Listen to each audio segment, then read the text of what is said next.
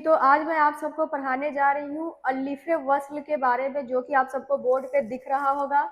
और जी, ये जो अलिफ़े वस्ल है, ये अरबी ज़बान से लिया गया है और अरबी ज़बान के ही शब्द इसमें इस्तेमाल होते हैं। पर क्या होता है कि अरबी ज़बान के कुछ कुछ ऐसे शब्द हैं जो कि हमें, कुछ ऐसे एराब और शब्द दोनों हमें उर्दू में पढ़ने पड़ते हैं, ठीक है।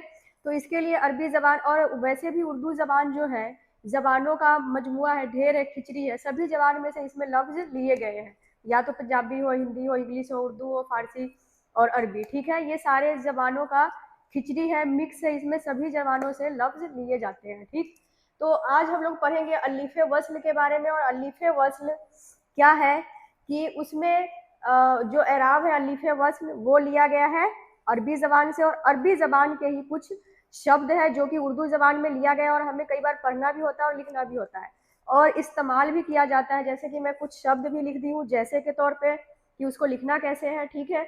और कुछ रूल रेगुलेशन है इसके, जैसे मैं जज्म के बारे में बताई थी, खरा जबर के बारे में बताई थी, इजाफत के बारे में बताई थी, उसी तरीके से एक अलिफ़े वस्ल आता है।